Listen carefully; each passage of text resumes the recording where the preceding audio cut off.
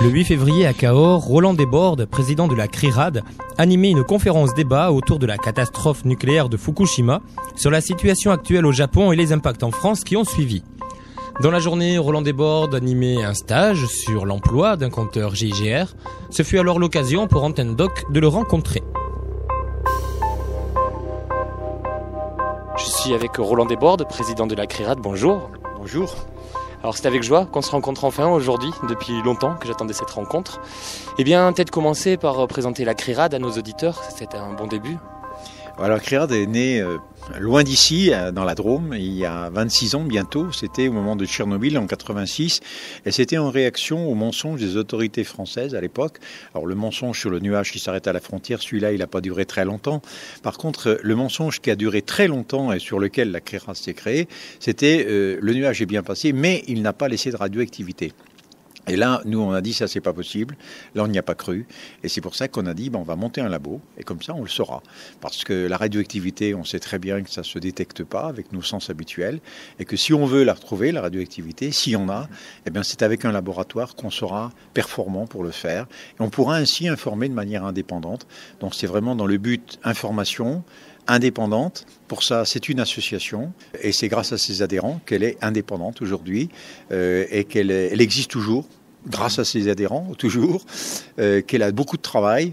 Et avec Fukushima, évidemment, ça a explosé, carrément. D'accord. Alors pourtant, en France, on a l'autorité de sûreté nucléaire qui devrait nous protéger.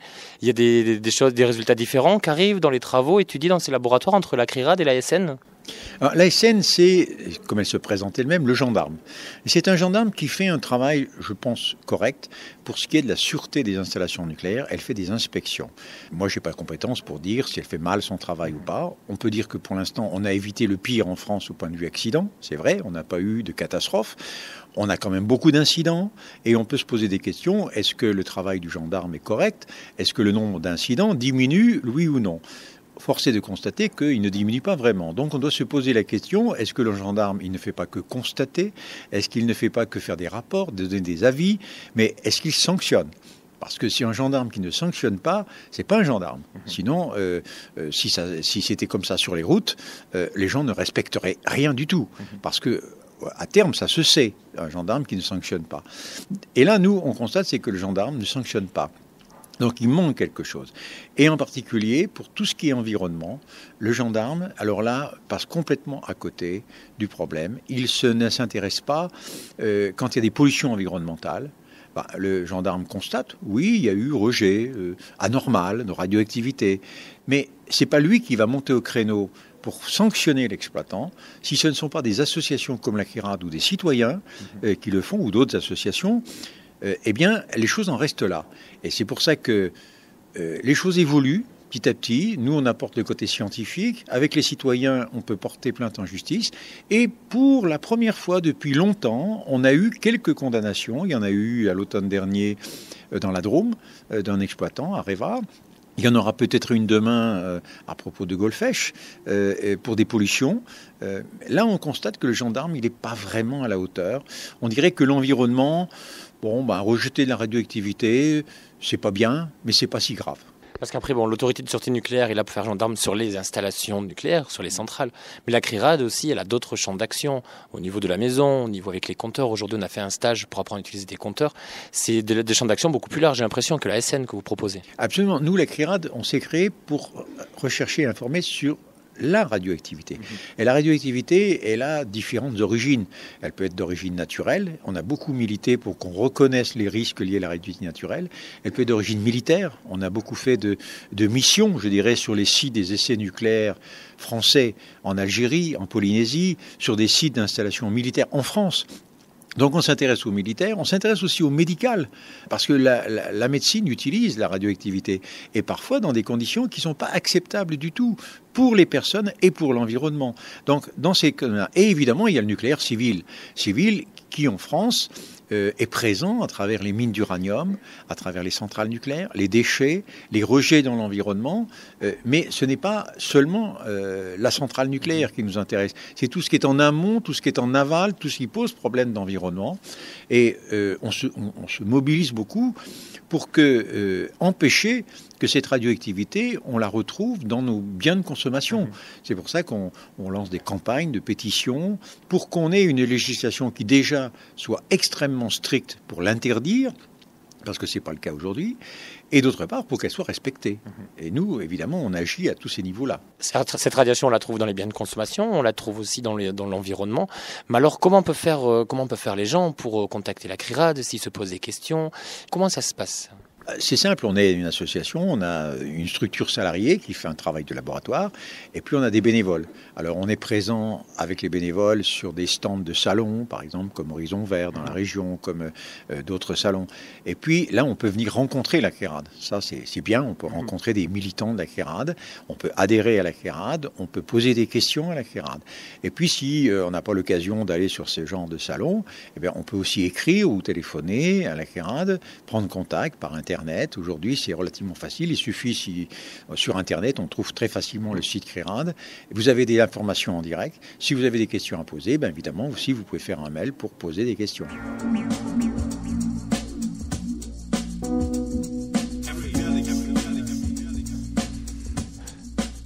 Pour retrouver les contacts mails de la CRIRAD, vous vous dirigez vers leur site internet ou alors le mail directement, c'est contact@crirad.org. Alors, la CRIRAD aussi donne de l'information auprès des populations, des informations que donne parfois aussi l'autorité de sûreté nucléaire, mais est-ce qu'il arrive que des fois vous vous alarmez là où l'autorité, elle, ne s'alarme pas? Bien sûr, aujourd'hui, ce qui est reconnu, déjà depuis assez longtemps, c'est que quand nous, on sort des chiffres, comme on dit, c'est-à-dire on donne des valeurs de radioactivité sur des échantillons qui étaient prélevés dans l'environnement. Au départ, évidemment, ça a été contesté. Tout le monde a dit « Oh, mais la CRIRAD, c'est des rigolos, ils ne sont pas compétents, ils ne savent pas faire, ils n'ont pas le matériel, ils ne sont pas formés. » Enfin bon. Aujourd'hui, ça, plus personne ne le dit, parce qu'on a fait les preuves qu'on était compétent pour faire des mesures de radioactivité. Par contre, ce qui reste, ce qui fait polémique, c'est l'interprétation des résultats. On ne nie pas, quand nous on dénonce une pollution radioactive, on ne dit pas c'est pas vrai, mais on va vous dire oh oui, mais c'est pas une pollution vraiment, il y en a pas assez pour que ce soit vraiment une pollution. Et puis dans le fond, c'est pas si grave que ça. L'eau qui est là, on la boit pas aujourd'hui, etc. Donc on va minimiser en fait le problème. Évidemment, nous, on s'intéresse à l'environnement, tout l'environnement, pas seulement l'environnement qu'on consomme, c'est-à-dire l'eau qu'on boit, l'eau aussi qu'on ne boit pas nous, les humains, elle sert à d'autres gens, et puis elle fait partie de l'environnement. Et si on a des grands discours avec le Grenelle de l'environnement, il faut protéger l'environnement, tout le monde est d'accord. Sauf que quand vous dénoncez une pollution, on vous dit « Ah non, mais c'est pas grave ». Ben non, ou bien on protège tout l'environnement, ou on s'en préoccupe pas. Mais il ne faut pas faire croire que on fait tout pour protéger l'environnement et qu'en fait on tolère des pollutions radioactives, par exemple, en autorisant les exploitants à rejeter de la radioactivité dans l'environnement ou en autorisant des industriels à disperser de la radioactivité dans des matériaux de construction, ou etc. etc. Donc, nous, on considère que tout l'environnement doit être protégé parce que ce que moi j'utilise dans l'environnement, mes enfants en utiliseront peut-être une autre partie de l'environnement. Ils auront besoin de l'environnement pour survivre. Et ce que moi je considère comme aujourd'hui inutile pour moi pourra s'avérer être très utile pour mes petits-enfants. Donc c'est à ça que je pense, moi, quand je parle de protection de l'environnement. C'est pas par intégrisme, c'est pas par extrémisme, c'est parce que j'estime qu'il est criminel de polluer, parce qu'on sait que la radioactivité, quand elle est dispersée, on n'ira pas la rechercher. Ce sera trop compliqué, ce sera trop cher, on ne le fera pas. Donc on raye de la carte en faisant ça, des zones, des régions, et ça, c'est pas bien. Alors aussi, dans les choses qui se font pas très bien dans notre pays, quand on parle de déchets radioactifs, tout déchet radioactif n'est pas comptabilisé comme un déchet radioactif. Les remblais pour les sites d'extraction, par exemple, sont réutilisés. C'est des choses aussi, j'imagine, contre lesquelles vous bataillez, vous. Sur les mines d'uranium, pour nous, c'est le plus grand scandale de pollution radioactive sur la France. En quantité, en étendue, en surface, et on n'en parle presque pas. Évidemment, ça nous choque. On en parle un petit peu maintenant, et on constate que, effectivement, on a eu beaucoup de mal à faire reconnaître des pollutions, qu'on a réutilisé des stériles miniers gagner pour faire des remblais, pour faire des cours d'école, pour faire des choses comme ça, que les résidus d'extraction de l'uranium, qui sont des déchets radioactifs moyenne activité vie longue, sont souvent stockés dans la nature, dans des zones humides, au bord de rivières, enfin les pires conditions pour des déchets radioactifs. Ou bien on considère que ce sont des vrais déchets radioactifs. Et on doit les traiter comme des déchets, mais à ce moment-là, ça coûterait énormément cher. Et évidemment, on ne le fera pas. Mais ça, l'administration, à la limite, le reconnaît. On dit, on ne va pas le faire parce que ça coûte trop cher. Ben oui, mais il faut le dire à ce moment-là, clairement. On ne va pas le faire parce que ça coûte trop cher. Ça coûte trop cher à qui ? À Areva, à l'exploitant. Ce n'est pas aux citoyens que ça coûte trop cher. Au contraire, pour les citoyens, il a tout à gagner là-dedans. Donc, on a pris la décision, c'est que ce genre de déchets-là, on n'ira pas les rechercher. On laisse ça en cadeau à nos enfants. Et pourtant, je peux vous dire qu'il y en a des millions de tonnes sur le territoire français. Et ça, on constate que oui, il y a un gros travail à faire là-dessus. On l'a amorcé. Ces pollutions-là, aujourd'hui, elles sont au Niger, elles sont au Gabon, elles sont en Kazakhstan, elles sont en Namibie, voilà où elles sont. C'est pour ça que maintenant, nous sommes de plus en plus présents en Afrique, parce qu'il y a des grands projets là-bas. Pour leur expliquer aux Africains, ils écoutent en disant, attention, nous, on a vu ce que c'était en France, l'exploitation des mines d'uranium. On va vous laisser un cadeau empoisonné à la sortie. Quand Areva s'en ira, il vous restera les déchets et vos yeux pour pleurer.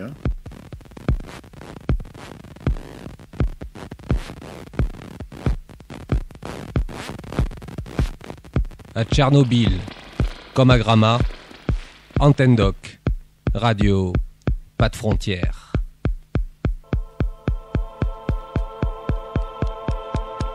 Vous êtes à l'écoute de Roland Desbordes, président de la CRIRAD.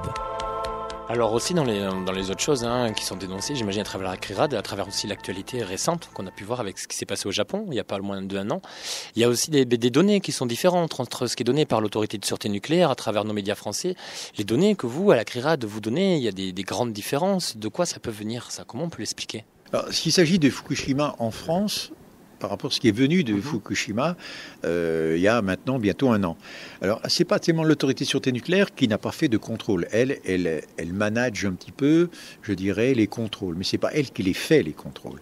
Ceux qui sont chargés, au nom de l'État, de l'État français, donc des citoyens, de surveiller l'environnement, qui ont une mission régalienne pour ça, qui ont un financement. C'est l'IRSN, l'Institut de radioprotection et sûreté nucléaire, qui est un établissement public, mais à vocation aussi industrielle et commerciale. C'est-à-dire qu'il est aussi le client des exploitants du nucléaire. Donc il a un statut déjà un peu ambigu. Nous, ce qu'on a constaté, c'est que ici, il est arrivé à un petit nuage, entre guillemets, c'était pas de la vapeur d'eau, venant du Japon, qui était annoncé, celui-là. Au contraire de celui de Tchernobyl, celui-là, il était annoncé le 24 mars. Je vais faire une parenthèse juste pour essayer d'expliquer. Donc on parle d'un petit nuage qui est issu de la fusion d'un réacteur. Mais alors c'est sur la centrale de Fukushima. Est-ce qu'on peut dire que c'est un volcan radioactif qui émane constamment 24 heures sur 24 ? Et donc on parle plus d'un seul nuage. À l'époque, il y a eu, il faut savoir, au début de la catastrophe de Fukushima, il y a eu des explosions. Ces explosions ont libéré une très grande quantité de radioactivité. Une toute petite partie a contaminé le Japon. La très grande partie est partie dans l'atmosphère assez haut, suffisamment haut pour être pris dans des courants qui font le tour un peu de la Terre et nous amener cette radioactivité en 10 jours, en gros, entre le 13 mars et le 24 mars, qui a traversé le Pacifique, les États-Unis, l'Atlantique et est arrivé sur la France, grâce à la météo, au vent dominant. Cette radioactivité très faible était annoncée à l'arrivée. Pour une première fois, c'était intéressant. Nous, quand on a entendu ça, on s'est dit, mais on était surpris. On a dit, est-ce que vraiment il va arriver ? Mais c'est possible que ça arrive. Donc, comme on est 25 ans après Tchernobyl, on a un labo, on est opérationnel. On a des balises de surveillance de la radioactivité de l'air. On a tout ce qu'il faut, une équipe salariée. Parfaitement compétente et prête. On va dire, on va se mettre comme si c'était grave, c'est-à-dire en situation d'une crise, d'un accident nucléaire. Et pour ça, on va tout faire, mesurer les fils, contrôler, travailler jour et nuit. Pendant 2 mois, on a travaillé jour et nuit à la CRIRAD, justement en voulant cerner cette radioactivité. Alors, c'était notre mission par rapport à nos adhérents. Nos adhérents, ils attendent de la CRIRAD qu'on fasse ce travail, oui. C'était une mission par rapport aux élus locaux qui nous aident dans ce travail, dans la Drôme. Par contre, c'était localisé à la Drôme. Au niveau national, il y avait l'Institut de radioprotection sûreté nucléaire qui était chargé de faire ce travail sur fonds publics. On l'a laissé travailler dans son coin. Et on a dit, au final, on verra bien à la sortie, comment elle travaille, on fera le bilan. Et le bilan, il est extrêmement décevant.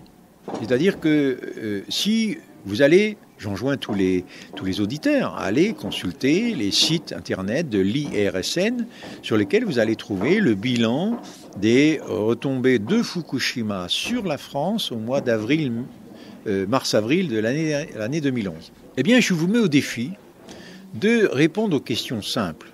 Ce nuage, entre guillemets, c'était pas de la vapeur d'eau, hein, c'était de la radioactivité. Il est arrivé quand sur la France, exactement? Quel jour? Rien. Il est arrivé quelques jours, une dizaine de jours après le 11 mars, on dirait le 21 mars. Oui, mais quel jour? Est-ce que c'est le 22, le 23, le 24? Vous êtes incapable de répondre en fonction des propres chiffres de l'IRSN. Quand est-ce qu'il a été maximum? Là aussi. Et où il a été maximum? Nous, on sait que, par exemple, l'ouest de la France, vu justement qu'il est près de l'océan Atlantique, a été plus touché que l'est de la France, ce qui est le contraire de Tchernobyl, par exemple. Mais où y a-t-il le record des retombées? En Bretagne, en Pays Basque. Est-ce que c'est du côté de Bayonne ou c'est du côté de Brest? C'est une question quand même fondamentale à laquelle il faudrait pouvoir répondre. Alors là, c'était peut-être pas très grave parce que la quantité de radioactivité était effectivement faible. Mais si ça avait été beaucoup plus élevé, avec la même incompétence, cet organisme aurait été incapable d'informer objectivement sur des mesures à prendre, graves, à prendre tout de suite, comprimés d'iode, mise à l'abri, retrait des produits de la consommation. Voilà ce qu'on doit faire en cas d'accident. Et bien là, on s'aperçoit, c'est que l'élément clé, c'est-à-dire l'information sur la présence du nuage en temps réel, on ne l'a pas. Et ça, c'est quand même dramatique. C'est pour ça qu'on a interpellé nos autorités en leur disant attention, c'était pas grave, heureusement, mais si ça avait été grave, ça aurait été grave. C'est pour ça qu'ils avaient l'occasion, je trouve, en or, de démontrer que quelque part, un expert indépendant comme la CRIRAD, ça ne sert plus à rien. Maintenant, on a une autorité de sûreté nucléaire qui fait le gendarme. On a un expert de l'État qui fait son travail, qui nous informe en temps réel. Tchernobyl, c'est fini, c'est de l'histoire ancienne. Eh bien non, malheureusement, c'est pas fini. On a un expert de l'État qui n'a pas fait son travail. Certes, il a mieux communiqué qu'en 86 avec Tchernobyl, parce qu'on est à l'heure d'Internet, parce que tout a changé quand même, 26 ans après. Mais n'empêche que son travail, au final, il n'est pas bon. Alors ça, c'est pour la gestion côté français de cette crise nucléaire. Mais alors côté japonais, j'imagine qu'on en a beaucoup à dire sur la gestion de cette crise. C'est sûr que du côté japonais, c'est évidemment plus dramatique. Nous, en France, c'est un problème scientifique. C'est un problème important quand même. Par contre, au côté japonais, les autorités japonaises n'ont pas prévu l'accident, n'ont pas prévenu l'accident, donc n'ont pas mis toutes les mesures pour empêcher l'accident. Ça, c'est certain. Dans un pays où il y a des séismes et des tsunamis sans arrêt, ils n'ont pas anticipé. Quand on regarde comment la centrale était positionnée, comment étaient les secours, comment les groupes électrogènes dans des fosses, etc., bon, ça c'est clair. Ils n'ont pas anticipé. Par contre, une fois que l'accident a eu lieu, je peux dire que les Russes, en 86, avec Tchernobyl, ils ont fait 100 fois mieux. Là aussi, les Japonais ont été très mauvais. Alors, c'est facile à dire. Non, c'est grave ce qui s'est passé. Pas d'évacuation des populations les premiers jours. Pas de distribution d'iode. Et une évacuation très limitée, à un rayon de 20 km, alors que la radioactivité, elle est très importante à 80 km. Après, c'est comment on contrôle l'alimentation. Comment on évacue pas les gens. Comment on les indemnise, comment on les informe. Alors là, c'est vraiment une catastrophe sur toute la ligne. Et moi, je pense que les Japonais, à un moment donné, ils vont demander des comptes. Parce que là, quand ils sauront tout ça, je pense qu'ils ont eu un très mauvais réveil, les Japonais. Ils dormaient sur leurs deux oreilles avec le nucléaire. On les avait endormis par les médias, par les politiques, par les exploitants. On les avait endormis. Et là, il y a un réveil brutal. Alors évidemment, il y en a qui ne veulent pas se réveiller, qui font semblant de ne pas voir. Mais il y en a qui veulent voir. Et là, qui vont commencer à demander des comptes. Et là, j'espère que ça fera vraiment changer les choses au Japon. Parmi les choses aussi qu'on a pu constater au Japon, quelques jours après le 11 mars, la date du tsunami, le gouvernement japonais a modifié quelque peu sa réglementation en matière de normes radioactives qu'on peut supporter. C'est un chiffre qui a été relevé quelques jours après. Est-ce que ça, c'est quelque chose qui est vrai ou pas ? Oui, c'est tout à fait vrai. Enfin, c'est ce que le gouvernement japonais a essayé de tenter de faire. Mais évidemment, il y a eu quand même une levée de bouclier contre. C'est d'appliquer les normes des travailleurs du nucléaire, c'est-à-dire des gens bien portants, surveillés médicalement, aux enfants des écoles. Et non, ça, c'est choquant. C'est très choquant. C'est très, très choquant. Mais je dirais, il ne faut pas se faire d'illusions, nous, en France. Dans une situation semblable, je suis persuadé, mais alors vraiment persuadé, ce serait pareil. Parce que la gestion d'un accident nucléaire, c'est terrible. C'est terrible. C'est où ça coûte très très cher et qui paye. Il n'y a pas d'assurance, etc., etc. Parce qu'on évacue les gens, on les protège, mais ça coûte une fortune. On retire les produits de la consommation. On a des déchets à gérer en quantité. On ne sait pas où les mettre. Donc on stérilise des terres. On indemnise les gens. C'est des milliards d'euros que ça coûte tout de suite. Et évidemment, personne ne veut les mettre sur la table. Donc, dans ce cas-là, on est condamné, entre guillemets, on est tenté de faire quoi ? On relève les normes, on est moins prudent, on évacue moins, on ne retire pas les produits de la consommation. Mais ça se produirait dans n'importe quel pays, cette tentative-là. Il ne faut pas se faire d'illusions. Moi, je peux dire aux Français, il faut qu'ils le sachent, chez nous, ce serait pareil. Alors dans les autres choses aussi, qu'on a voulu nous faire croire qu'on avait créé à côté de Fukushima une usine qui était là pour retraiter les eaux de stockage. Une usine qui n'a pas très bien fonctionné d'ailleurs. Oui, alors quand les Japonais ont réussi à faire circuler un peu d'eau dans le réacteur accidenté, cette eau qui ressortait, puisqu'elle circulait, donc elle rentrait, elle ressortait, pour se refroidir, mais elle se retrouvait très contaminée. Et rapidement, ça posait des gros problèmes pour les travailleurs, pour les tuyaux, pour les sites, enfin pour tout.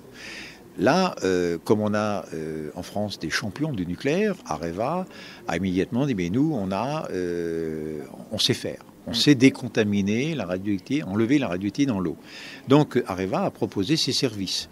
Évidemment, les Japonais ont dit oui, et Areva a installé une usine de décontamination de l'eau à côté du réacteur. Sauf que très rapidement, ils n'ont pas l'habitude de traiter des eaux aussi radioactives. Ce qui fait que très rapidement, l'usine a été dépassée par les événements et Areva a remballé tout son matériel et est rentré en France. Oui, c'est malheureusement, ça fait partie des aléas, je dirais, où on voit que les Japonais n'ont absolument pas du tout pris les choses au sérieux. Je dis bien les Russes, au péril des liquidateurs, c'est-à-dire des gens qui sont venus main nue décontaminer le réacteur par centaines de milliers. Ils étaient 800 000, 900 000 jeunes pour faire ça. Là, ils ont mis les moyens. Alors, c'était au péril de la vie de ces gens-là. Mais en tout cas, ils ont évité le pire. Je ne suis pas certain que les Japonais, ça ne se termine pas par le pire à l'arrivée, parce que l'accident n'est pas terminé. Puis on parle de Fukushima Daiichi, justement pour le Japon, tous les médias nous en parlent. Mais au même moment, il y a d'autres centrales au Japon qui ont été concernées par cette vague de séisme aussi, non ? Oui, il y a eu plusieurs centrales, parce que toutes les centrales nucléaires au Japon sont en bord de mer. Et donc, en gros, il y en a la moitié à l'est et la moitié à l'ouest. Et donc, comme il y a 53 réacteurs, presque tous les réacteurs de la côte est, c'est-à-dire du côté du tsunami, là où il y a eu le séisme, ont été concernés par des arrêts de réacteurs, alors des arrêts rapides, mais pas, heureusement, tous par des vagues de tsunami derrière qui ont empêché beaucoup de choses. Comme à Daiichi, comme à Fukushima Daiichi, ça n'a pas été aussi grave, mais il y a eu beaucoup de problèmes, oui, et les réacteurs, certains ont été quand même endommagés. Alors, on ne connaît pas tous les détails, hein, moi je suis désolé, je ne connais pas tous les détails. Là c'est sûr que c'est sur celle de Daiichi, Fukushima Daiichi, qu'il y a eu le plus de dégâts. D'autres centrales aussi ont été aux États-Unis à la même période. Je me rappelle la centrale de Fort Caroline au Texas qui a été aussi victime du débordement du Mississippi. Est-ce que ça, jusque chez nous aussi en France, on a pu avoir des retombées de ces accidents-là ? Alors, a priori, ce qui s'est passé aux États-Unis, donc à Fort Caroline, n'a pas amené des rejets très importants dans l'environnement. Pour nous. Oui, parce qu'il faut préciser que sur place. Localement, je n'ai pas de chiffres. C'est évident que dans ces cas-là, il y a certainement eu des problèmes locaux. Par contre, on n'est pas dans la situation de Fukushima là. On se moque du tiers comme du quart. Le monde se fout du monde car si l'on s'arrête 5 minutes, on voit sous la cocotte minute le feu à fond train la pression, la fin tenant à un bouton sur le fil de la dissuasion. Encore une belle idée béton, on fait pousser des champignons dans les caves de l'oncle Dom-Tom. Gentil, gentil, les autochtones, vous prendrez bien un bout d'atome.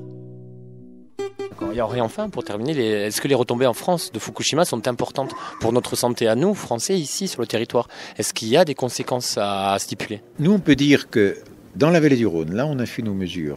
On ne peut pas dire sur l'ensemble de la France. Nous, on attendait justement que l'IRSN, l'Institut de radioprotection sûreté nucléaire, l'expert officiel, ait fait ce travail sur l'ensemble du territoire. Nous, ce qu'on peut dire, c'est sur la Drôme. Oui, on a vu arriver le nuage. Ça, c'est important. On l'a trouvé, on l'a mesuré au laboratoire. C'était des niveaux qui étaient au moins 1000 fois, enfin environ 1000 fois inférieurs à Tchernobyl. Donc, sûr, on était dans des niveaux très faibles. On n'était pas dans des niveaux d'alerte, c'est-à-dire de dire aux gens qu'on prenait des comprimés d'iode stable, etc. Par contre, à partir du moment où vous mesurez la radioactivité, qu'il y a eu dans cette période-là un épisode pluvieux, et la pluie est un facteur très aggravant dans cette situation-là, on se devait de continuer. Donc c'est pour ça qu'on a mesuré la radioactivité dans l'air. Puis, épisode pluvieux, on a mesuré la radioactivité dans l'eau de pluie. Puis, est-ce qu'il y en a dans l'eau de pluie? Dans l'herbe, les légumes, le lait. Et évidemment, on l'a retrouvé, cette radioactivité, mais concentrée, là, cette fois. Ce n'était pas des millibecquerels par mètre cube d'air, c'était des becquerels par litre et par kilo. Alors, c'était de l'iode 131, exclusivement. Et l'iode 131 a une demi-vie de 8 jours. Donc, on l'a bien vu monter, la contamination, et on l'a vu redescendre. Donc, il n'y a pas eu d'accumulation dans l'environnement de cette iode qui a disparu plus vite qu'on en rajoutait par-dessus. Donc, ça, c'est un élément très positif. Évidemment, parce qu'il n'y en avait pas des quantités importantes. Par contre, à partir du moment où vous avez trouvé la radioactivité dans l'alimentation, nous avons fait un calcul, en disant un calcul réaliste. Vous êtes enfant de berger ou d'agriculteur dans l'Ardèche. C'est des chiffres, c'est un scénario tout à fait que nous connaissons. Nous avons des producteurs, des jeunes producteurs de l'Ardèche qui nous ont dit, nous, on voudrait savoir. Vous avez mesuré de la radioactivité? Bon, ok, nous, on veut savoir. On a du lait de brebis, on a des légumes, on a des enfants. Nous, on veut savoir s'il y a un risque pour les enfants. Et là, on a fait le calcul. Et on leur a dit, eh bien, on n'est pas au-delà des normes. Les normes, elles sont souvent pas prudentes. Elles ne sont pas là, c'est pas la limite du non-risque. Mais on n'est pas devant le risque totalement ridicule, parce qu'on a trouvé des becquerels. Et nous, on pense que pour vos enfants, pas pour vous les adultes, mais pour vos enfants, vu que c'est de l'iode, il serait bien de limiter votre consommation pendant quelques jours, donc quelques semaines, de quelques produits pris dans la nature. Là. Pas les pommes de terre de l'hiver précédent. Non, le lait de la brebis qui vient de rentrer du champ. Celui-là, oui, il y a un peu de radioactivité dedans. Et c'est difficile à expliquer. On n'est pas devant le noir ou blanc, là. Tout ou rien. On est dans la nuance. Mais nous, on estime que c'est notre devoir, en tant que scientifiques et associations, d'informer les gens sur ces risques-là, même s'ils sont très faibles, et parce que j'estime que les gens ont le droit de savoir. La CRIRAD, c'est le droit de savoir. Alors dans les choses qu'on trouve dans la nature aussi, c'est vrai qu'il y a une chose qui fait beaucoup partie du langage, on va dire, populaire un petit peu. Et bien, il y a les champignons, que l'on retrouve après, en général, par profusion. Et bien, après, un nuage radioactif, il serait passé. Alors, qu'est-ce qu'il en est de ça? Alors, les champignons ne sont jamais contaminés tout de suite après le passage d'un nuage. Il y a toujours un décalage très important entre le dépôt de radioactivité au sol et la contamination du champignon, parce que ce qu'on mange du champignon, c'est le carpophore qui puise sa matière nutritive profondément dans le sol au niveau du mycélium.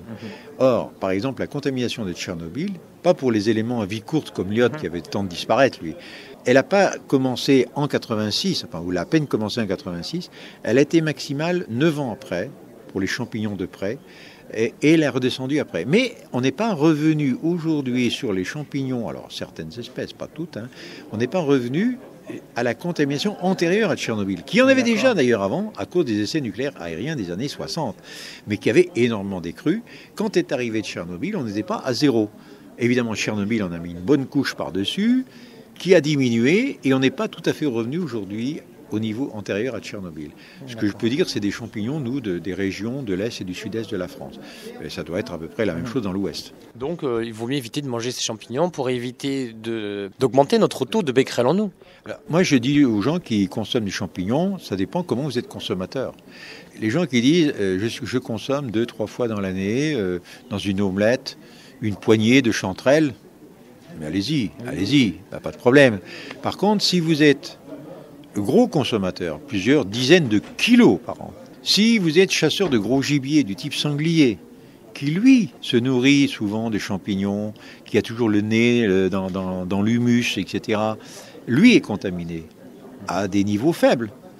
Et donc, si vous êtes chasseur de gros gibier, si vous êtes gros cueilleur de champignons, etc., si dans les myrtilles, on en trouve un petit peu aussi, il faut peut-être limiter votre consommation. On en est, voilà ce que je dis qu'on en est.